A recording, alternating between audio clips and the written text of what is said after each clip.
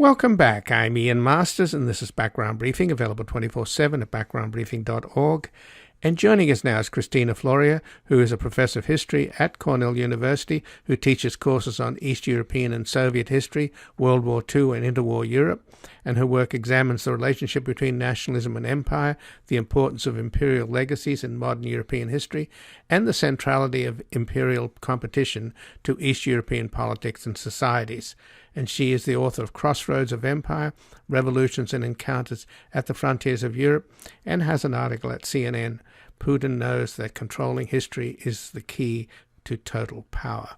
Welcome to Background Briefing, Cristina Florea. Thank you so much.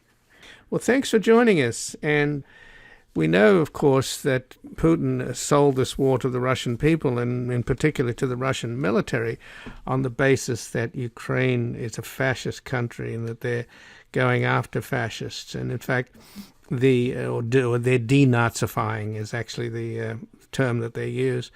Ukrainians who lived under occupation of when Russia controlled towns around Kyiv have reported that the Russian soldiers would kick the doors down and say, "Where are the Nazis?" or "Where are the Banderites?" referring to the pro-Nazi Ukrainian leader in World War II. So this is a little ironic, isn't it? I mean, the word or the derogative term that Ukrainians use for Russians is rasha.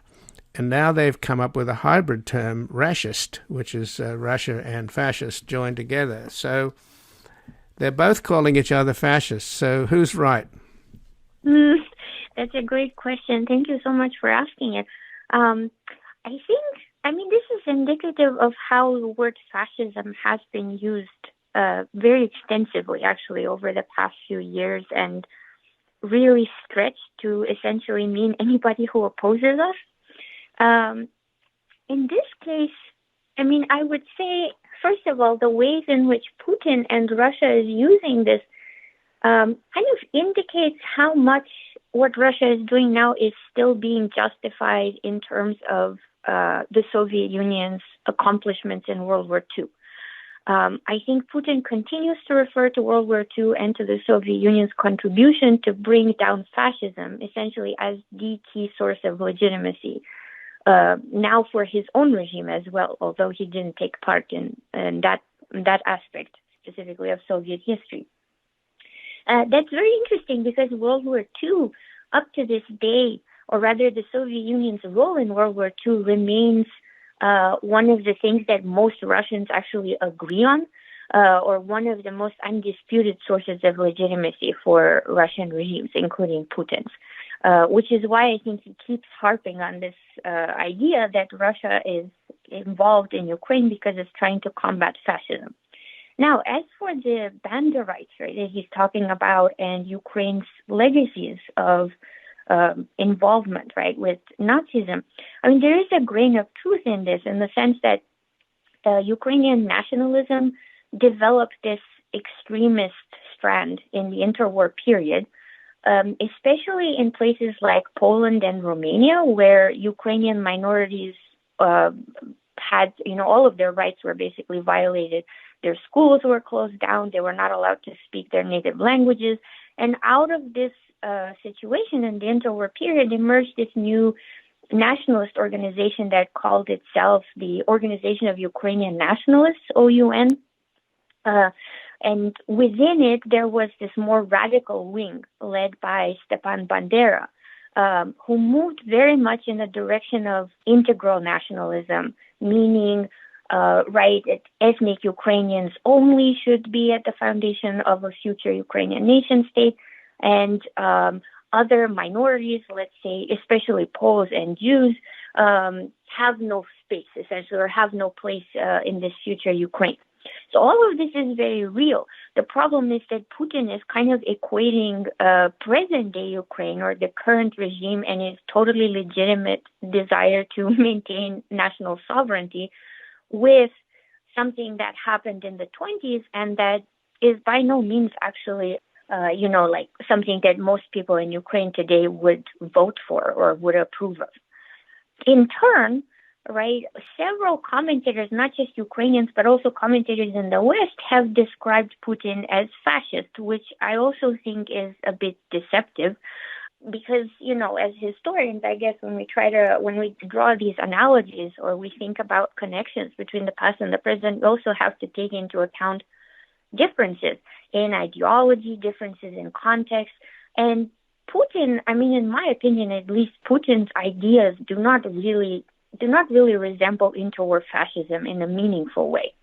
What he's doing is a kind of mixture of conservative utopia, basically, mixed with Russian nationalism, mixed with some kind of imperial nostalgia, all together forming this really toxic cocktail that I think, actually just like dismissing everything as fascism would, in fact, would probably mean overlooking some of the unique aspects of what is going on here. Well, but if you go back to Aristotle, the distinctions are governments ruled by one person, by a few people, and by many. So there's no question that this is a one-man operation. He does answer to certain power blocks, but he has absolute power. There are other superficial similarities with fascism. He has his own Hitler Youth type organization called Nashi, which I find quite disturbing. But you wrote in Time magazine just at the beginning of the Russian invasion about how the crisis in Ukraine had disturbing echoes of the 1930s. And it did feel that way when I was watching both Macron and German Chancellor Scholz go to Moscow, sit at the end of that long table as almost like supplicants. And it did have a whiff of Chamberlain sitting down with Hitler. And my understanding from history, and by the way, there's a fairly good movie I saw recently about it. I don't know whether you've seen it, Cristina, but dramatized the meeting between Hitler and Chamberlain. My sense is that Chamberlain was this sort of out of this tradition of gentleman's diplomacy, and he was a sort of English gentleman, and he simply did not have the cultural background or the experience of dealing with a gangster. And is that something that's happening here with Putin? Because he's been involved with gangsters all of his professional life, in both as a spy and as a politician. And we've never had this situation in geopolitics before. We have the combination of national security and organized crime, nuclear weapons, and the mafia. And now you have this guy who acts and behaves like a gangster, making nuclear threats. So I wonder whether that is the same problem that we have today, at least our diplomats and our European leaders have, in not recognizing who they're dealing with, as Chamberlain seemed to have in dealing with Hitler, thinking his word meant something. Right, absolutely. I actually completely agree with that. So this is exactly what I was trying to suggest in that article, that the similarities or the echoes that I saw were not necessarily right. I wasn't trying to argue that, Putin is kind of like Hitler returned in a new version of him. But what they do have in common is both, there are parallels between these situations, both in terms of the context and also, as you mentioned, in terms of what they reveal about how the Western world deals with elements like Putin, who ultimately do not subscribe to Western values or what we consider to be Western values. And I think this is actually one of the greatest sources of misunderstanding about the regime, and one that I'm actually surprised by how many people, in fact, fail to see this. They kind of apply, the tools of international relations or whatever else they have learned that applies mostly to Western regimes, and expect an authoritarian regime led by someone like Putin, who, in fact, might not have the same kinds of priorities or concerns that a Western democratic leader would. They let that kind of inform the policies that they think should be pursued towards Russia. And I think that's where they're wrong.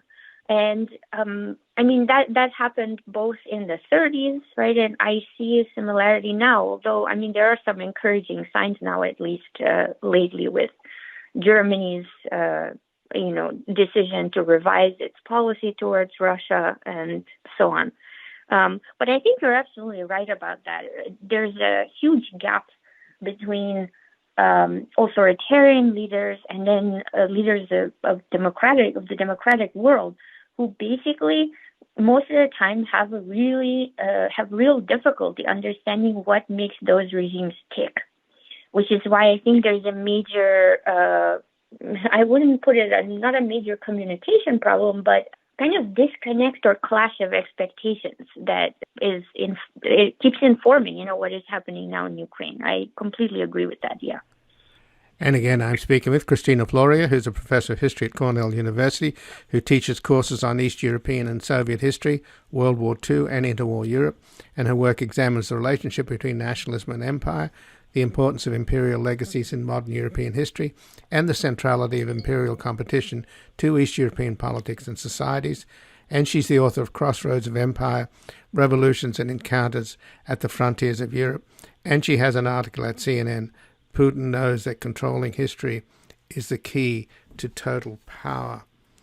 So, in the light of what we're talking about, there is some historical analogies here, it would seem to me, that when, of course, Hitler and Stalin had the famous pact, the Ribbentrop-Molotov pact, which led the way into World War II. The Russians invaded Poland together with Germany, with Hitler. Then when Hitler reneged on Stalin and invaded the Soviet Union, apparently Stalin was just completely blindsided and went on a bender. He was drunk for weeks, or at least a week, and they couldn't do anything. And he'd already purged the Soviet army of its generals. So, you have this dictator drunk, incapable of dealing with this, because he got his buddy Hitler reneged on him, and he couldn't handle it apparently. And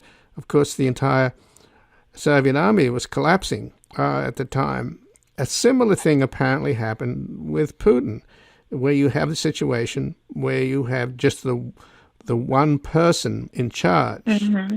And I recall, of course, that the German Chancellor, who unfortunately we don't have anymore because she was very effective, I think, Angela Merkel, she would call Putin regularly on the phone, not for any specific purpose, but to just, because she spoke Russian, just to let him know what was happening in the real world, because she knew he was getting bad advice and was surrounded by sycophants. Well, the same thing apparently is, going back to Stalin's response to Hitler's invasion, when Putin then ordered the troops into Ukraine, he thought that they would literally be greeted by these, these so-called oppressed Russian-speaking Ukrainians would throw flowers on the tanks and would treat them as liberators. And when this didn't happen in Kharkiv, which is very close to the Russian border and is a Russian-speaking city, he apparently went absolutely nuts, Putin. And he's not a drunk, but he apparently just completely went insane. So are those analogies in any way telling? Oh, absolutely. And I was just thinking now, actually, I mean, there are even more analogies than that, but I think they all point to this fundamental problem that authoritarian regimes face, or rather these regimes which end up with a one-man rule or a despot in charge, which is that they have this kind of self-perpetuating quality to them, in which only those who already agree with the one man in charge are allowed to speak. And so the kind of information that actually gets to the top is extremely limited and facilitates the development of a completely delusional view of the world. And I think this is exactly what happened here. And this is not the only instance. I don't know how relevant this analogy is, but all throughout this war, I kept thinking about another scenario where Nazi Germany, for example, invaded Ukraine in World War II. And a lot of the Ukrainian population that had been subjected to Stalinism before, had been forced into collective farms, had experienced extraordinary violence, including the Great Famine, and so on. all of these people had hoped that if the Wehrmacht comes in, right, if the Germans come in, surely they're going to undo all of these things and, they will be saved from Stalinism. And so a lot of them actually did show up with flowers and welcomed the German tanks in. But guess what? Hitler could not care less, right, about their aspirations or about the fact that, the population there was actually pretty positively disposed towards the German military.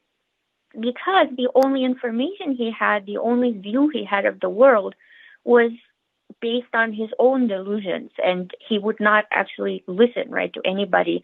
And there were other members of the, higher-ranking members of the Nazi Party and so on, people who thought that Germany could not actually have a successful occupation in Eastern Europe unless it took into account the popular moods or the wishes of different national groups, such as Ukrainians. And the occupation, as a result, some parts of occupied Ukraine experienced tremendous violence.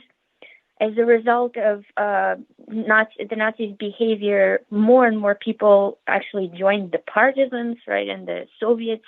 Many who had hated the Soviet regime now were thinking about it as this wonderful thing that they had lost by comparison with what they experienced under Nazis. So I think... Right, it was Hitler's racism that came to play, right? He not only, of course, hated the Jews, but he also looked down on the Slavs. Oh, absolutely. For him, they're all subhuman, Untermenschen, right? And so it was completely pointless. In so many places in Ukraine, when the Nazi troops came in, they banned Ukrainian language newspapers. They no longer showed movies in the cinemas because why would a subhuman need to go to the cinema? All of these things the Soviets had been clever enough not to suppress, and they knew how to use actually to their advantage. And so now after this Nazi occupation, a lot of people were now favorably disposed towards the Soviets who hadn't been before. So all of this is basically to say that sometimes massive mistakes are made because of these people in power, essentially, or people who have pretty much unlimited power, not having alternative sources of information and then having the freedom to just go off into their own world, not really taking into account, any realities, which really comes to bite them in the back later, right? When it turns out that all of those were just illusions. I think something similar is happening now. Just to touch on, Cristina, on your article at CNN, Putin knows that controlling history is a key to total power. Putin, of course, he hates Lenin, but I think he loves Stalin, and he certainly seemed to be modeling himself on Stalin. And he did shut down Memoriam, which was the NGO that was dealing with the truth about what Stalin did with murdering so many of his own citizens and imprisoning so many. That I find really disturbing more than anything in a way, and it goes back to the idea, I don't know who said it, but somebody said that he who controls the past controls the future. So is that what's happening with Putin? He's trying to sanitize the past?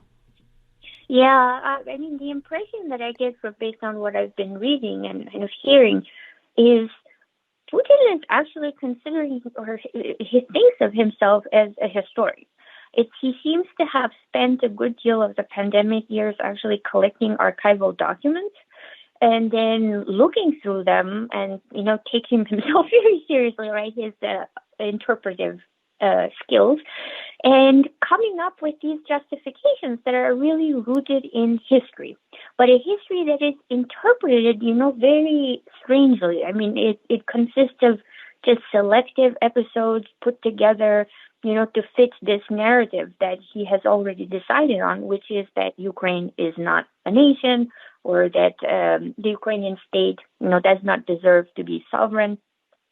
As for what you mentioned, right, Memorial and so on, I think they're part of this larger process which Putin is participating in, and he's not the only one to do that. The first thing that one notices while working in archives in Ukraine and all of Eastern Europe, as a matter of fact, is this happens over and over and over again.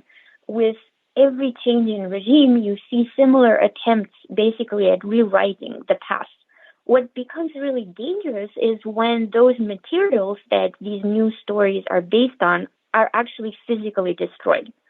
I mean, I would see in the area that I've been working on, I would see, for example, how in the interwar period, Romanians come in and then take up bits and pieces of that region's past and put them together into a news story to demonstrate that this area really was Romanian from the dawn of time, from the very beginnings. Other parts of that history get forgotten or left behind. But the fact that they're still there somewhere in these archives or that they can be reached enables me then or other people, right, decades later, to still salvage some of those other experiences and to question those stories. The problem with, not just closing things down, but actually destroying a lot of these sites is, I mean, what really worries me is that a lot of those experiences would just vanish. And this is something that has happened before, and what makes it truly tragic is that a lot of them survived, things like World War II or, really devastating attacks before, and it would be really horrible, right, if we were to lose them now. But as to the larger question, what you mentioned at the beginning about how he hates Stalin, he hates Lenin, right, and loves Stalin.